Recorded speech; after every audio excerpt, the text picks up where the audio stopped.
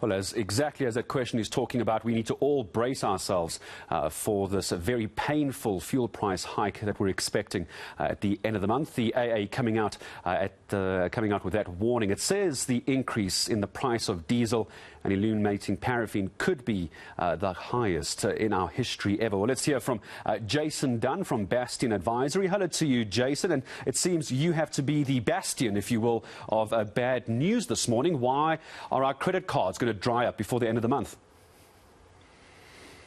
Good morning, Gareth. Yeah, it's a pretty scary spectre of these rising prices come 3rd of November. To be fair, we have seen diesel rise more than the 140 that's being suggested. It rose by about 170 a litre in July last year in the rebound after the original fall in the oil prices from COVID. But nonetheless, it will take us to all-time high prices. We foresee diesel costing about 17 Rand 20 a litre, and petrol will be up at 19 Rand 20 a litre. It's all-time highs.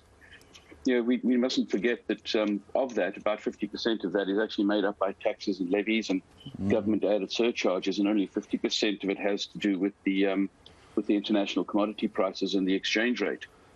And on that front, what's causing the current rise is this Brent crude has risen to $85 a barrel for the first time since 2014, almost exactly 7 years ago. And while we don't actually consume Brent, the product prices that go to make up our fuel have also risen dramatically. We're heading towards the winter warming season or heating season, and that always increases the demand for energy. And the Northern Hemisphere is having trouble at the moment. There's not enough gas to go around. They have renewables are just not coming online like they hoped. And then to top it all off, we've got some of the slowest winds in the North Sea for the first time, or slowest winds in the North Sea in 20 years. All of that is putting pressure on the traditional fuel sources, and consumers and governments and heat manufacturers or heat producers are looking to diesel to fill that gap. Yeah, and that's forcing up the petrol price for us, yeah. A lot of people very critical. I mean, you touched on it very briefly, Jayson. I'm not sure if you have some more on the thoughts around the taxes and the levies that we're paying. It seems like there's an awful amount of that going back to government. Yeah, and it never decreases. So that's the one thing you can be sure of. Those prices will never drop. Those taxes and levies will never reduce. The road accident fund, the dealers' margins, the transport costs, all those things will continually rise. And so, if we look back about 3 or 4 years, the taxes and levies were only about a third of the price makeup. And now, as I say, they're getting to a half. And, with almost certainty, you can see that in February, the minister will announce again. There'll be some small increases come late in December, I think. But certainly in February, the minister will announce further hikes to those taxes and levies, and we'll see that take effect in April. So that's never going to go down. It's just part of the tax burden we bear. I guess the small consolation in that is that the changing commodity prices and exchange rate their effect will diminish over time as the taxes dominate the fuel price. Well, I can't imagine as well, Jayson, perhaps this might be my last question, especially with diesel going up as well. Diesel often referred to as the fuel of large industry because of trucks, etc., that this is going to have a knock-on effect for consumer prices way down the road, I'm sure. Exactly. We've already seen, inflation is at 4.9% above the target that the SARB sets at 4.5%.